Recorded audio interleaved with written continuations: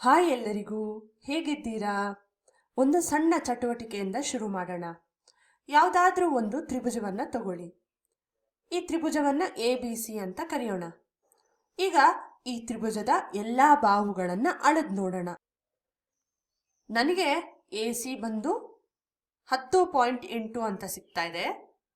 BC ಬಂದು 14.3 ಸಿಗ್ತಾ ಇದೆ. ಇನ್ನು ಕಡೆದಾಗಿ AB ಬಂದು 7.2 ಅಂತ ಸಿಗ್ತಾ ಇದೆ. ಈಗ AB ಮತ್ತು AC ನ ಮೇಲೆ ಯಾವುದಾದ್ರೂ ಎರಡು ಬಿಂದುಗಳಾದ D ಮತ್ತು E ನಿಂದ ಒಂದು ರೇಖೆಯನ್ನ ಎಳೆದುಕೊಳ್ಳೋಣ. ಯಾವ ರೀತಿ ಅಂದ್ರೆ ಈ ರೇಖೆ BCಗೆ ಸಮಾಂತರವಾಗಿರಬೇಕು, ಆ ರೀತಿ ಎಳ್ಕೊಳ್ಬೇಕು. ಈಗ AE ಎಷ್ಟು ಅಂತ ಅಳೆದುಕೊಳ್ಳೋಣ. ನಾನು ಹೇಳಿದ ರೀತಿನೇ ಮಾಡ್ತಾ ಹೋಗಿ, ಕಡೆಯಲ್ಲಿ ನಿಮಗೆ ತುಂಬ ಚೆನ್ನಾಗಿರೋ ಒಂದು ವಿಷಯ ತಿಳಿದು ಬರುತ್ತೆ. AE ಎಷ್ಟು ಅಂತ ನೋಡಿದರೆ AE ಬಂದು 2.7. ಹಾಗಿದ್ರೆ CE ಬಂದು AC ಮೈನಸ್ AEಗೆ ಸಮವಾಗಿರಬೇಕು, ಅಂದರೆ 8.1 ಅಂತ ಕಂಡು ಬರುತ್ತೆ. ಅದೇ ರೀತಿ AD ಎಷ್ಟು ಅಂತ ನೋಡೋಣ. 1.8. ಹಾಗಿದ್ರೆ 7.2 ಮೈನಸ್ 1.8 DBಗೆ ಸಮವಾಗಿರುತ್ತೆ, ಅಂದರೆ 5.4. ಈಗ AD ಬೈ DB ಎಷ್ಟಾಗುತ್ತೆ ಅಂತ ನೋಡೋಣ. 1.8 ಡಿವೈಡೆಡ್ ಬೈ 5.4. ಈಗ 1.8 ನಾವು 18/10, ಅದೇ ರೀತಿ 5.4 54 ಡಿವೈಡೆಡ್ ಬೈ 10 ಅಂತ ತಗೊಂಡು 10 ನಾವು ರದ್ದು ಮಾಡಿ 18/54 ಭಾಗಿಸಿದ್ರೆ ನಮಗೆ 1 ಡಿವೈಡೆಡ್ ಬೈ 3 ಸಿಕ್ಕತ್ತೆ. ಅದೇ ರೀತಿ AE ಡಿವೈಡೆಡ್ ಬೈ EC ಏನು ಕೊಡುತ್ತೆ ಅಂತ ನೋಡೋಣ. ನಮಗೆ ಸಿಕ್ಕಿರುವ ಮೌಲ್ಯದ ಪ್ರಕಾರ ಇದು 2.7 ಡಿವೈಡೆಡ್ ಬೈ 8.1ಕ್ಕೆ ಸಮವಾಗಿರಬೇಕು, ಅಥವಾ 27/81. ಇದು ಕೂಡ ನಮಗೆ 1 ಡಿವೈಡೆಡ್ ಬೈ 3 ಅನ್ನುವ ಅನುಪಾತವನ್ನೇ ಕೊಡ್ತಾ ಇದೆ. ಅಂದರೆ AD ಬೈ DB ಬಂದು AE ಬೈ ECಗೆ ಸಮವಾಗಿದೆ. ಇದು ಕಾಕತಾಳೀಯನ ನೋಡೋಣ, ಚೆಕ್ ಮಾಡೋಣ. ಈ ಸತಿ DEನ ಇನ್ನೂ ಸ್ವಲ್ಪ ಕೆಳಗೆ ತಗೊಳ್ಳೋಣ. ನಾವು ಯಾವ ರೀತಿ DEನ ರಚನೆ ಮಾಡ್ಕೊಳ್ಬೇಕು ಅಂದರೆ DE ಬಂದು BCಗೆ ಸಮಾಂತರದಲ್ಲಿರಬೇಕು. ಅದೇ ರೀತಿ AEನ ಅಳೆದುಕೊಳ್ಳೋಣ. 6 ಅಂತ ಕಾಣಿಸ್ತಾ ಇದೆ. ಹಾಗಿದ್ದಾಗ CE ಬಂದು 10.8 ಮೈನಸ್ 6 ಅಂದರೆ 4.8. ADನ ಅಳತೆ 4. ಹಾಗಿದ್ರೆ DB ಬಂದು 3.2ಕ್ಕೆ ಸಮವಾಗಿರುತ್ತೆ. ಈಗ ಮತ್ತೆ ಅನುಪಾತವನ್ನು ತಗೊಳ್ಳೋಣ. AD ಬೈ DB ಬಂದು 4/3.2. ಈಗ 3.2 ನಾವು 32 ಡಿವೈಡೆಡ್ ಬೈ 10 ಅಂತ ಛೇದದಲ್ಲಿ ಬರ್ಕೊಳ್ಬೋದು. ಈಗ ಇದರ ವ್ಯಾಕ್ತ್ರ ಕ್ರಮವನ್ನು ನಾವು ತಗೊಂಡ್ರೆ 4 × 10 ಡಿವೈಡೆಡ್ ಬೈ 32 ಸಿಕ್ಕತ್ತೆ, ಅಥವಾ 40/32 ಸಿಕ್ಕತ್ತೆ. ಇದನ್ನ ನಾವು 8ರಿಂದ ಕಳಿಬೋದು. 8 5 40, 8 4 32. ಹಾಗಾಗಿ 5/4 ಅನ್ನುವ ಅನುಪಾತ ಸಿಗ್ತಾ ಇದೆ. ಅದೇ ರೀತಿ AE ಡಿವೈಡೆಡ್ ಬೈ EC ಏನು ಕೊಡುತ್ತೆ ಅಂತ ನೋಡೋಣ. 6/4.8. ಹಂಗಿದ್ರೆ ಇದು 60 ಡಿವೈಡೆಡ್ ಬೈ 48. ಇದನ್ನ ನಾವು 12ರಿಂದ ಕಳಿಬೋದು. 12 5 60, 12 4 48. ಇದು ಕೂಡ ನಮಗೆ 5/4 ಅನ್ನುವ ಅನುಪಾತವನ್ನೇ ಕೊಡ್ತಾ ಇದೆ.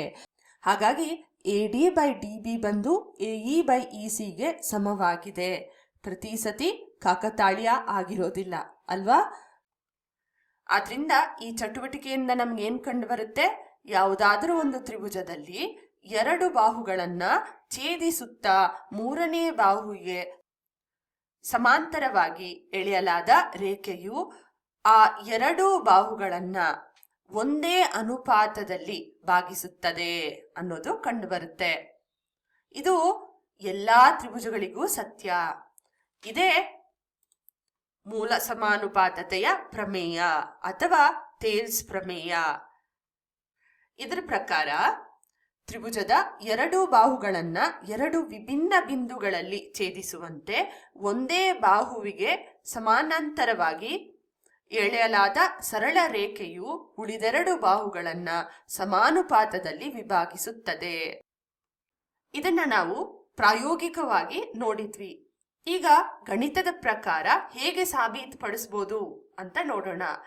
ಕೊಟ್ಟಿರುವ ಹೇಳಿಕೆಯ ಪ್ರಕಾರ ಒಂದು ತ್ರಿಭುಜ ABC ನಲ್ಲಿ ಡಿ ಮತ್ತು ಇ ಅನ್ನುವ ಬಿಂದುಗಳಿರುತ್ತೆ ಎರಡು ಬಾಹುಗಳ ಮೇಲೆ.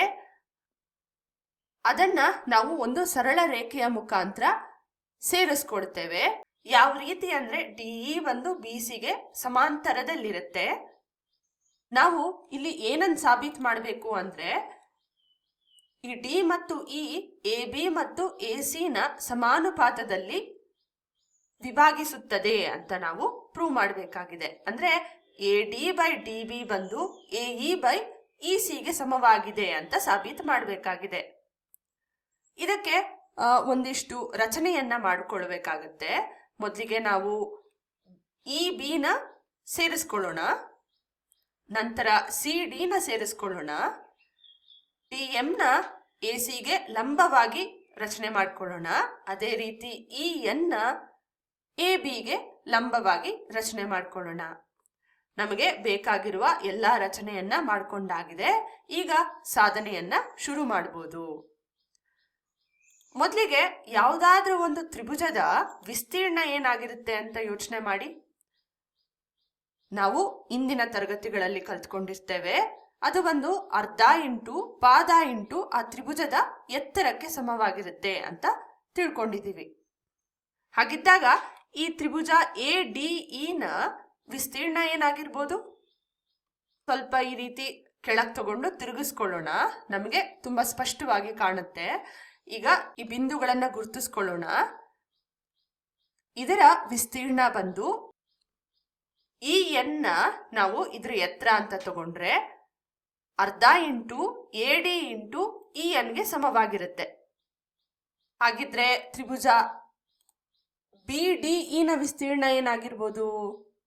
ಈ BDE ಬಂದು ಒಂದು ಅಧಿಕ ಕೋನವಿರುವ ತ್ರಿಭುಜ. ಹಾಗಾಗಿ ನಾವು ನೋಡ್ಬೋದು ಇದರ ಎತ್ತರ ಬಂದು ತ್ರಿಭುಜದ ಹೊರಗಡೆ ಕಂಡು ಬರುತ್ತೆ.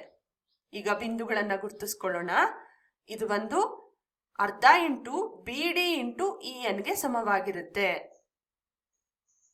ಈಗ ಈ ಎರಡು ವಿಸ್ತೀರ್ಣಗಳನ್ನ ಭಾಗಿಸ್ಕೊಳ್ಳೋಣ. ನಮಗೆ ಇದರ ಅನುಪಾತ ಸಿಕ್ಕತ್ತೆ. ನಾವು ನೋಡ್ಬೋದು ಅರ್ಧ ಅರ್ಧ ರದ್ದಾಗಿ ಬಿಡುತ್ತೆ, EN ಮತ್ತು EN ಕೂಡ ರದ್ದಾಗಿ ಬಿಡುತ್ತೆ. ಆಗ ನಮಗೆ AD ಡಿವೈಡೆಡ್ ಬೈ BD ಸಿಕ್ಕತ್ತೆ. ಇದು ಹೀಗೆ ಇರಲಿ. ನೀವು ಈಗಾಗಲೇ ಗಮನಿಸಿರ್ಬೋದು ಈ ತ್ರಿಭುಜ ADE ನಲ್ಲಿ ಮತ್ತೊಂದು ಎತ್ತರ ಕೂಡ ಕಂಡು ಬರ್ತಿತ್ತು. EN ನ ಹೊರತುಪಡಿಸಿ DM ನ ಕೂಡ ನಾವು ಎತ್ತರ ಅಂತ ತಗೊಳ್ಬೋದಿತ್ತು. ಆಗ ಅದರ ಪಾದ ಬಂದು AE ಆಗ್ತಿತ್ತು. ಇದನ್ನ ಬಳಸ್ಕೊಂಡು ಕೂಡ ನಾವು ತ್ರಿಭುಜ ADE ನ ವಿಸ್ತೀರ್ಣವನ್ನ ಬರ್ಕೊಳ್ಬೋದು. ಈ ಸತಿ DM ಎತ್ತರ ಆಗಿರೋದ್ರಿಂದ ಇದ್ರ ಪಾದ ಬಂದು AE ಆಗಿರುತ್ತೆ. ಮತ್ತು ತ್ರಿಭುಜ DCE ನ ವಿಸ್ತೀರ್ಣ ಏನಾಗಿರುತ್ತೆ? ಅರ್ಧ ಇಂಟು CE ಇಂಟು DMಗೆ ಸಮವಾಗಿರುತ್ತೆ.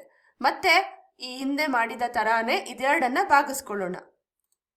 ಆಗ ನಮಗೆ AE ಬೈ CE ಅನ್ನುವ ಅನುಪಾತ ಸಿಕ್ಕತ್ತೆ. ಈಗ ಈ ಹಳದಿ ಬಣ್ಣದಲ್ಲಿ ಕಾಣ್ತಿದೆ ಅಲ್ಲ, ಈ ಅನುಪಾತಗಳನ್ನ ಮತ್ತೊಂದು ಪೇಜ್ನಲ್ಲಿ ಬರ್ಕೊಳ್ಳೋಣ. ಇಲ್ಲಿ ಎಡಬದಿಯಲ್ಲಿ ನಿಮ್ಗೆ ಏನ್ ಕಂಡು ಬರುತ್ತೆ? ಈ ಅನುಪಾತದ ಅಂಶಗಳು ಒಂದೇ ಆಗಿದೆ, ಆದರೆ ಛೇದಗಳು ಮಾತ್ರ ಬೇರೆ ಬೇರೆ ಇದೆ. ಈ ಛೇದದಲ್ಲಿರುವ ತ್ರಿಭುಜದ ವಿಸ್ತೀರ್ಣವನ್ನ ನಾವು ನೋಡಿದ್ರೆ ತ್ರಿಭುಜ BDE ಇಲ್ಲಿದೆ, ತ್ರಿಭುಜ CDE ಇಲ್ಲಿದೆ. ಈ ಎರಡೂ ತ್ರಿಭುಜ ಒಂದೇ ಪಾದದ ಮೇಲಿರೋ ತರ ಕಾಣುತ್ತಲ್ವಾ DE ನ ಮೇಲೆ? ಅಷ್ಟೇ ಅಲ್ಲ, ಇದು ಒಂದೇ ಸಮಾಂತರ ರೇಖೆಗಳ ನಡುವೆ ಕೂಡ ಕಂಡು ಬರ್ತಿದೆ. ಹಾಗಿದ್ರೆ ಈ ಎರಡು ತ್ರಿಭುಜಗಳ ವಿಸ್ತೀರ್ಣ ಒಂದೇ ಆಗಿರಬೇಕು. ಯಾಕೆ? ನಾವು ಈ ಹಿಂದೆ ತರಗತಿಯಲ್ಲಿ ಕಲ್ತಿದ್ವಿ, ಯಾವುದಾದ್ರೂ ಎರಡು ತ್ರಿಭುಜಗಳು ಒಂದೇ ಪಾದವನ್ನು ಹೊಂದಿದ್ರೆ ಮತ್ತು ಒಂದೇ ಸಮಾಂತರ ರೇಖೆಗಳ ನಡುವೆ ಕಂಡು ಬಂದ್ರೆ ಅವುಗಳ ವಿಸ್ತೀರ್ಣ ಸಮವಾಗಿರುತ್ತೆ ಅಂತ ಹೇಳಿ. ಆದ್ರಿಂದ ಇದನ್ನ ನಾವು ಸಮೀಕರಣ 1, 2 ಮತ್ತು 3 ಅಂತ ಕರೆಯೋಣ. ಈಗ ಈ ಮೂರನೇ ಸಮೀಕರಣವನ್ನ ಇದರಲ್ಲಿ ಆದೇಶ ಮಾಡಿದ್ರೆ ನಮಗೆ ಈ ಎರಡೂ ಸಮೀಕರಣಗಳ ಎಡಬದಿಯಲ್ಲಿ ಒಂದೇ ಅನುಪಾತ ಕಂಡು ಬರುತ್ತೆ. ಆದ್ರಿಂದ ಇವುಗಳ ಬಲಬದಿಯಲ್ಲಿರುವ ಅನುಪಾತಗಳು ಸಮವಾಗಿರಬೇಕು. ಅಂದ್ರೆ AD ಬೈ DB ಬಂದು AE ಬೈ ECಗೆ ಸಮವಾಗಿರಬೇಕು.